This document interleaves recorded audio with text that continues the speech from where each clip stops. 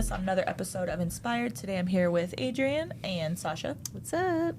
We just want to talk real quick about something that we've seen kind of happening over the last couple months or so. First, poorly done eyebrows.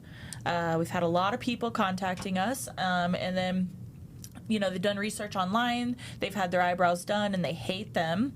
Either one's too high or they're too saturated. I think that's mainly the issues that I saw. Or the different tails. Yeah, going different directions. Right. So I've had a couple come in this last week, or last couple months, I shouldn't say. There was one this last week, though. But yeah, so with that, if somebody has had their eyebrows done, we can actually do what's called emergency removal.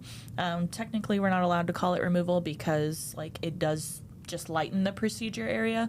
However, I have found when we do emergency removal, it does lighten the procedure, especially with those hair strokes. That one I just did. Oh, yeah, that was about a good 30-40%. 30-40%. I would say 50. You think so? Oh, yeah. Okay, well, yeah. Well, there was an angle. We can put the photo in here. Yeah. Mm-hmm. Let's put the photo in. That was definitely something that, within the 40 or 24 to 48 hours, really, that you want to get that removed. But 24, obviously, the sooner the better. Yeah, so she had him done the night before. Right. It was 24 hours. 24 hours. That's the best. And that definitely made a difference. So that picture that she will post on this definitely shows you that. And that's something that, is a beautiful thing to have. Mm-hmm. Excuse me. Something that first off, social media is pissing me off. But people on social media are pissing me off because they don't know the full story. I think you post something and they think they know the story. So I had posted something. This wasn't this photo that we just showed you, but it was a previous one. Mm-hmm. And everybody's like, why would you do that on that client? The brows look good. I'm like, you think the brows look good. That doesn't matter what you think, but right. They also didn't look good. So because they saw, it was like a side view of the brows. Mm-hmm. I'm like, you couldn't obviously tell that one was higher and one was lower. Mm-hmm. So most of the comments underneath the post, thank you for the engagement, but most of the comments were like, why would you even remove those eyebrows? They're perfect. Well, I'm like, they're not perfect. Why would we be that's a dumbass question, because why would I be removing eyebrows if there's not something wrong with them? And also too, because that's what the client wants. It's not like you went out and said, let me remove your eyebrows. You know what I mean? It's it's a decision between you and the client. It's not if just somebody's calling you panicking, and you they offer don't the like service and they don't like it, I do understand, because I've had not these situations that I've seen recently, but I have had people where they have came in and it's just that original brow shock because they're so dark, right? Mm-hmm. Brows of course look dark. That's not I'm 12 years in. I can tell the difference if the brows, I can tell if the symmetry's right. I can tell if it's too saturated. I can tell if it's too deep. I can tell immediately by looking at somebody if those types of things are happening.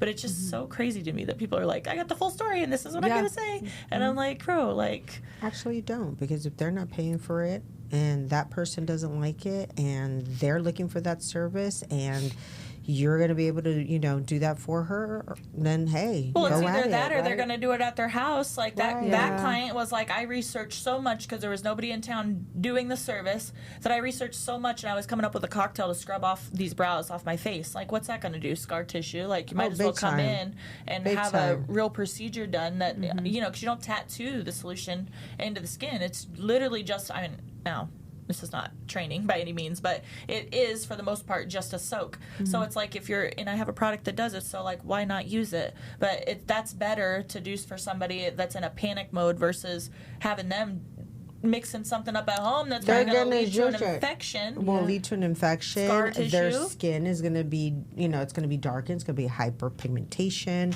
and you just don't want that. So, if you love your skin and you love the texture of your skin and everything else about it, there's not. You look for a professional. Well, even in that one that just came in recently with the hair strokes, right? Even her, I was like, when she laid down, I was like, oh, but the strokes were done really pretty. They were. The strokes were pretty, but one was clearly higher and one was clearly lower. So you're gonna leave that brow on somebody's face to let it heal, when you have it's a wonderful solution to be able to offer. And I don't know, what do we charge? I'm always so open about that. $250 and it takes 10 minutes. $250. Yeah. Add that to your menu.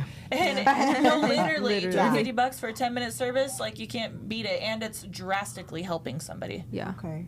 Okay. I think people have such opinions on social media because they can't see it fully. Like, remember that really cute chick that came in maybe like a month ago, and we were like, "What's wrong with your brows?" And then even us seeing it in person, then we got close, and then we were like, "Oh, we see what the problem is." So that was imagine the one that in was person too close together, wasn't yeah, it? Mm-hmm, yeah. And then like the lines back here were crazy. Yeah. And it's just like, oh yeah. So if we had to be super close in person to see what's going on, imagine like social media, everyone's be like, "It looks good from over here," but what's the quality of work when you're in someone's face, you know? Absolutely. Yeah, they got so many opinions. Like, I would never remove those. Like, why are you doing that? And this is someone's face. If they want it off their face, like, do whether it. if it's a perfect brow and they're just like, I don't like the color or whatever. How about if they would have came? And this is one thing I want to ask you, being newer in the in this industry, like had she come and been like, they don't look symmetric. I want this part removed.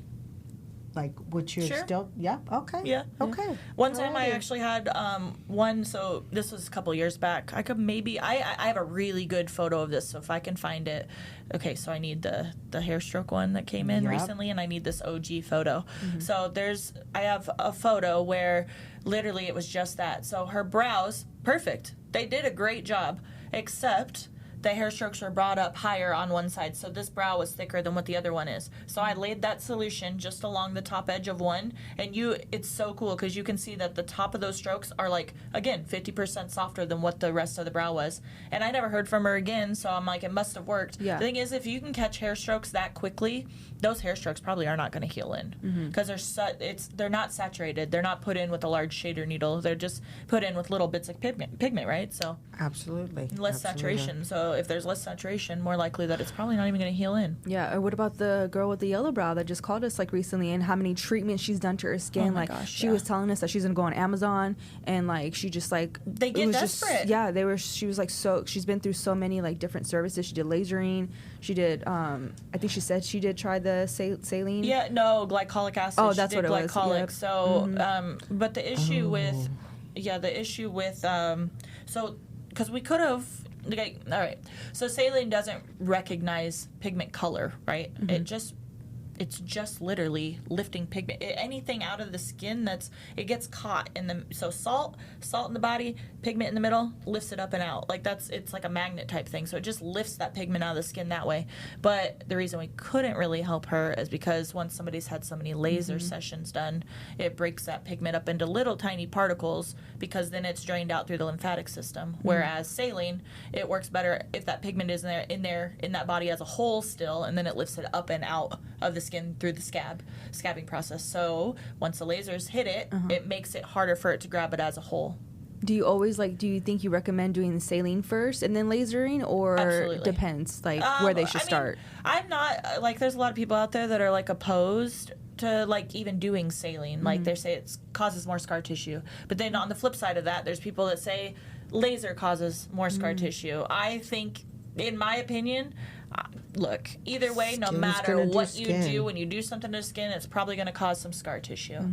And if you know that going into it, if you're gonna, proper healing time, or if you're gonna have your brows redone, like that's happened to us before with one of Tanya's clients. The lady didn't tell her she had 8 sessions of laser. Oh, yeah. She should have told her. There was no trace. The skin looked fine, and then she goes and redoes that brow and does it in a light brown, and those brows healed black. Why?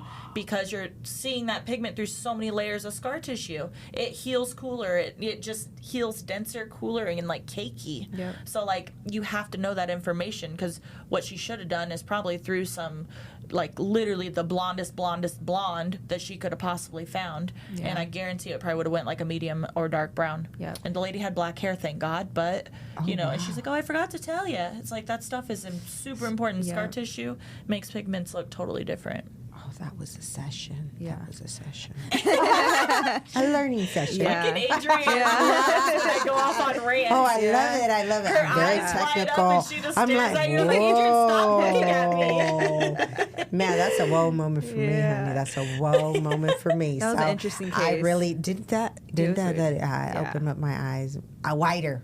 Are you doing lift removals? Yes, I'm doing lift removers. So I have a studio in San Francisco. So if you ever want to come see me, anyways, I do removals there, and I didn't offer emergency removals, but just after just all the glory of listening to my beautiful mentor over here, just thinking, oh wow, I could do this too, and it's like so easy. And then the aesthetic portion of me comes out, and I'm over here asking all these technical questions, and wondering like if a steamer opens the skin more, does that mean that could come out a lot faster? You know what I mean? So just all the technical of this industry really, really gets me. And so, yeah, I do have a lot of wow moments. Thank you. Yeah, thank you. And Amber is going to be having a class. Oh, shoot, yes. I forgot about that. If you want to learn, Yeah. if you want to learn how to do it, Yeah. you want to tell them a little bit about it? Yeah, so Yeah. we're going to do a workshop at the studio. So basically, it'll be like a 6-hour workshop in the morning, and we're going to do a machine class because that's super duper important. I have like 11 different machines because I'm a crazy person. So we'll go over all the needles, all the different machines, all the movements that you use, that you don't want to use. That takes place in the morning, and then we're just going to stack models in the afternoon for all different types of, basically like small body tattoo, because you can use it on body tattoos too.